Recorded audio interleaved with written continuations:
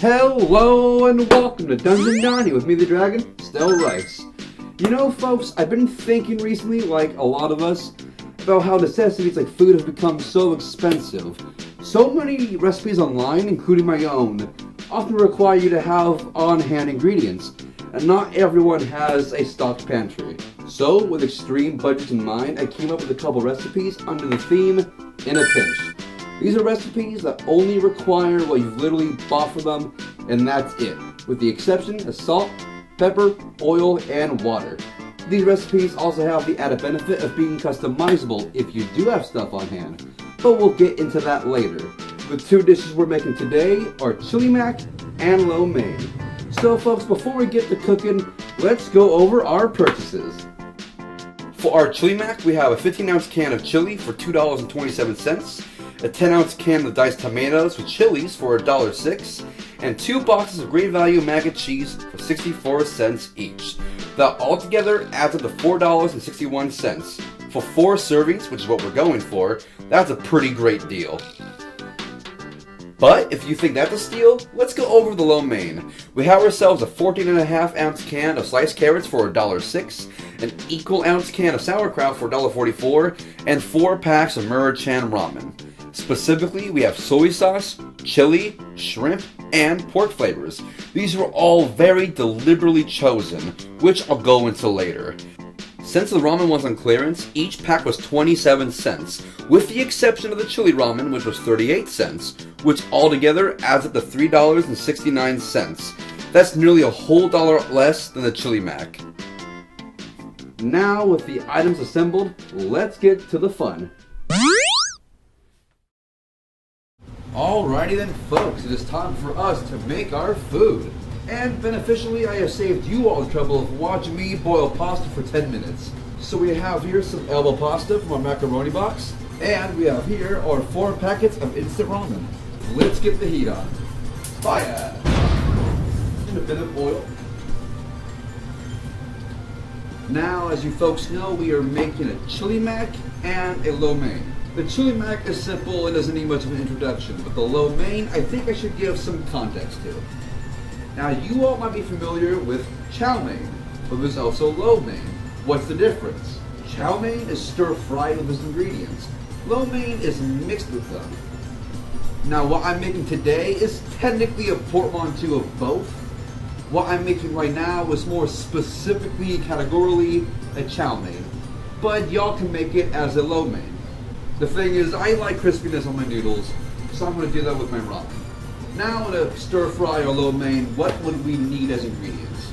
There are intricacies like light or dark soy sauce, but I'm not going to get that specific. I'm going to summarize this really vaguely. Now, you might need ingredients like vinegar or soy sauce or sambal, aka chili paste.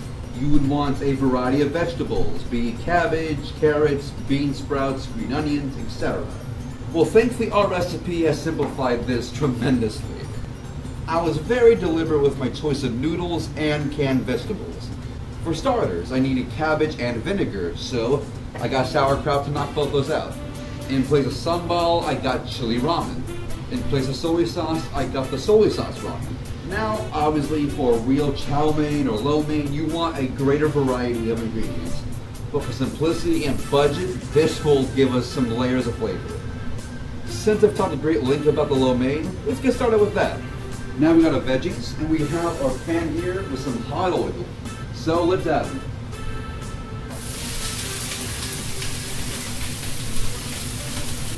And while that goes, we have here our canned chili and our canned tomatoes with chilies. Now, earlier I was describing the ability to add stuff to these recipes. If you want to make this even harder, add a can of corn to it. If you have any leftover meat in the fridge, be it chicken, be it some kind of beef or pork, that is great in this. Or if you had tofu, that'd be great for the lo mein. And even this, actually. If you have any herbs in the pantry, be it thyme, basil, oregano, sage, that would be great in this. A little bit of hot sauce would go a long way too, maybe some ketchup or mustard. But for the sake of budgets, this works out as it is. And if you have any milk too, that works great as well. Obviously the boxed mac and cheese calls for milk and butter.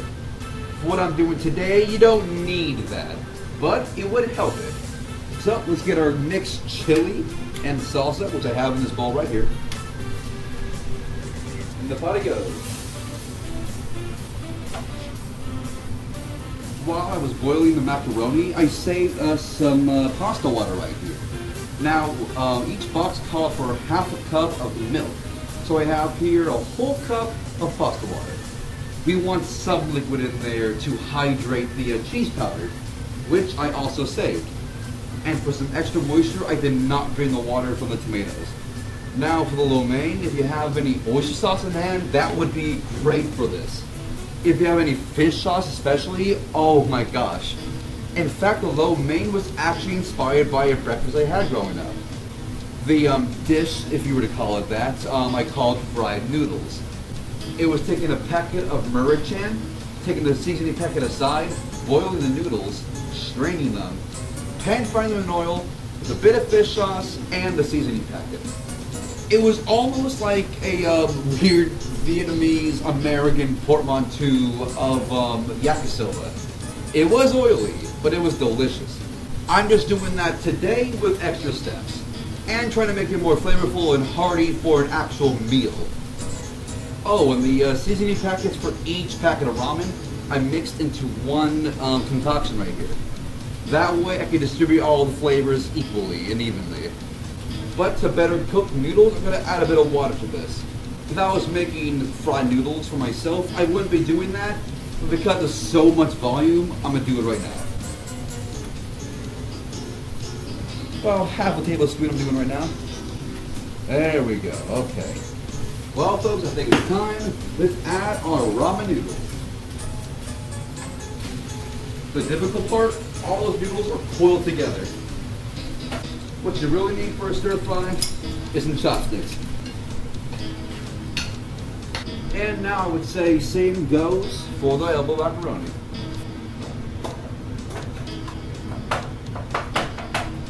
Alright folks, next we're going to add our pasta water. And next, our cheese powder. Is that a good mix? And the oil is cooking fat, so that's in place of our butter. Now if it gets too dry, add a little bit more water if you need it. Now that's looking really good. I'm going to put that on low for now. And we're putting a lid on it. As for our noodles, I'm going to give them a quick toss. And now, very carefully, I'm going to add our hydrated seasoning packs. Woo! Here we go. I'm going to take off the heat to stir real fast. Now, if you have a shrimp allergy, that's okay. Replace the shrimp with chicken or any other flavor you want. I specifically chose pork and shrimp to make it taste more like actual lo mein and to have a better variety of flavor. Alright then folks, look at those. Alright folks, I think we're nearly done here. These are about ready to be plated. Wasn't that fast? So with that, let's get the plating. Oh wow, look at that! All the food plated itself. Well folks, that was quick and easy. And we have here our lo mein and our chili mac.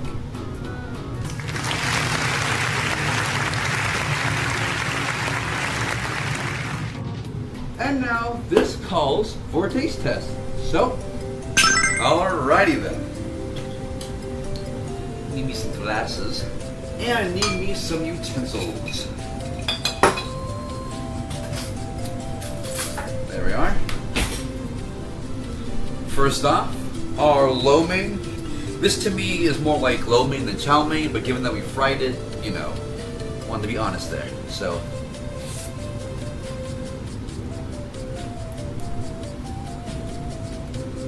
Oh yeah. That's nice.